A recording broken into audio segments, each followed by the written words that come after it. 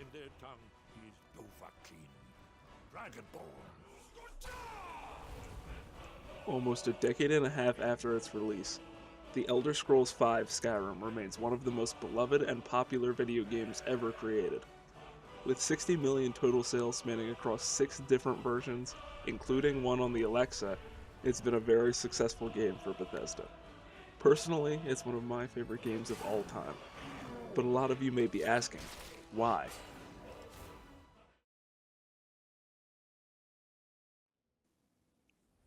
The first thing we should talk about is what the game actually consists of. Skyrim is an action RPG that was developed by Bethesda and released in November of 2011. The game takes place in the Elder Scrolls series and is set in the mythical land of Skyrim. You, as the player, are the Dragonborn, child of the god Akatosh, and hero who can devour the souls of fallen dragons and gain their powers. You, as the Dragonborn, are destined to fight the firstborn dragon, Alduin, and stop the World Eater from causing the end times. One of the big reasons that Skyrim is so successful is through epic storytelling and world building like this.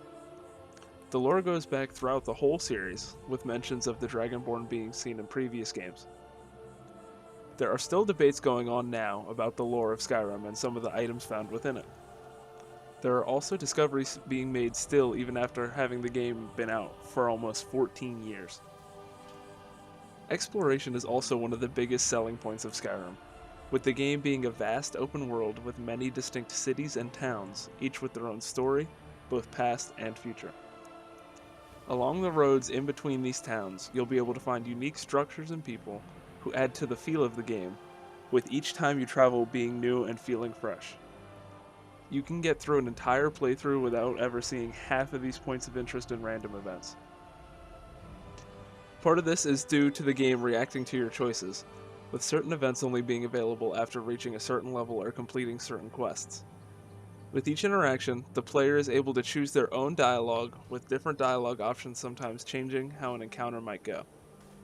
These dialogue options also allow the player to roleplay as the character they want to be, such as the altruistic hero who fights for good, or the leader of the Thieves Guild who just does whatever they so please. These different choices lead to the game being replayable many times, which is another reason the game is still so loved. In one playthrough, you can be a vampire who sides with the Stormcloaks in the Civil War and is a Dark Brotherhood assassin, and in another be a werewolf vampire hunter who sides with the Empire and leads the Thieves Guild. There are many options beyond these two, with a vast number of possibilities being offered to the player. Making another character to play the other side of a questline is something almost every Skyrim fan has done, and it's one of the biggest reasons personally I really enjoy the game. Being able to jump into the game on a new character for the 15th time and play through the game, encountering new questlines and random encounters is one of my favorite parts about the game. All of this countless awesome adventuring is backed by one of the greatest soundtracks I have ever encountered. The music you're hearing right now in the background is an example of the amazing ambient music you can hear when exploring around Skyrim, and is what really brings you into the world. The encapsulating environment is the cherry on top, with there being beautiful forests and dark, dingy caves setting the tone for whatever you may be doing at the time. What I would say is probably the biggest reason Skyrim is still being played today is the massive modding community. The game had a modding scene since release, and over the years it has only gotten more popular. From mods that provide graphical updates, to new weapons and armor, and to the mods that add entire new storylines and questlines, you can really make Skyrim whatever you want it to be through the modding scene. Bethesda has even emboldened the modding community, having featured mods on their Creation Club homepage. You can buy these mods and put them into your game and play the game with achievements while having the mods enabled. One of the versions of Skyrim, Anniversary Edition, expands on the base game, giving you plenty of these Creation Club mods to play with in your game. Speaking of different editions of Skyrim, there are more than you can count on one hand. Just when you thought you might be done with the game, Bethesda releases a new version that makes you go through and do it all again.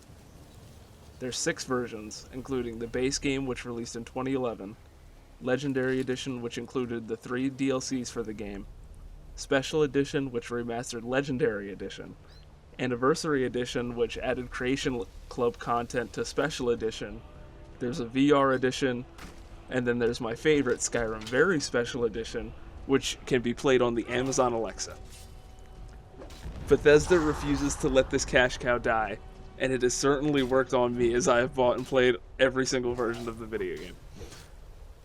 Ultimately, Skyrim's everlasting presence is a testament to the time, passion, and work put into the game. There is still more I haven't done in the game yet, and after remembering what I love about this game, I'll probably go do another playthrough, whether it be the normal game or VR.